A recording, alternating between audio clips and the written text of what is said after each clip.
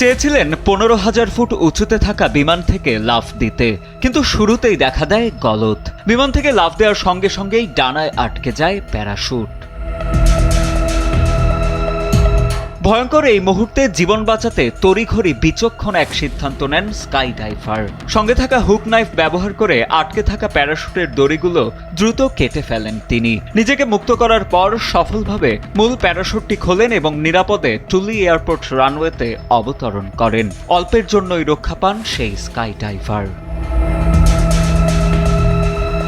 সম্প্রতি অস্ট্রেলিয়ার fur north কুইন্সল্যান্ডে ঘটে শ্বাসরুদ্ধকর এই ঘটনা।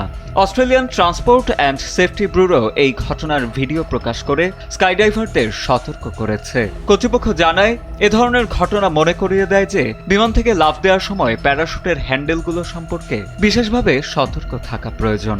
একই সাথে হুক নাইফের মতো একটি ছোট্ট যন্ত্র অপ্রত্যাশিত জরুরি অবস্থায় কিভাবে জীবন বাঁচাতে পারে, এই ঘটনা তারই সবচেয়ে বড় প্রমাণ। সাজিদ আনিল, ডেস্ক রিপোর্ট, সময়ের আলো।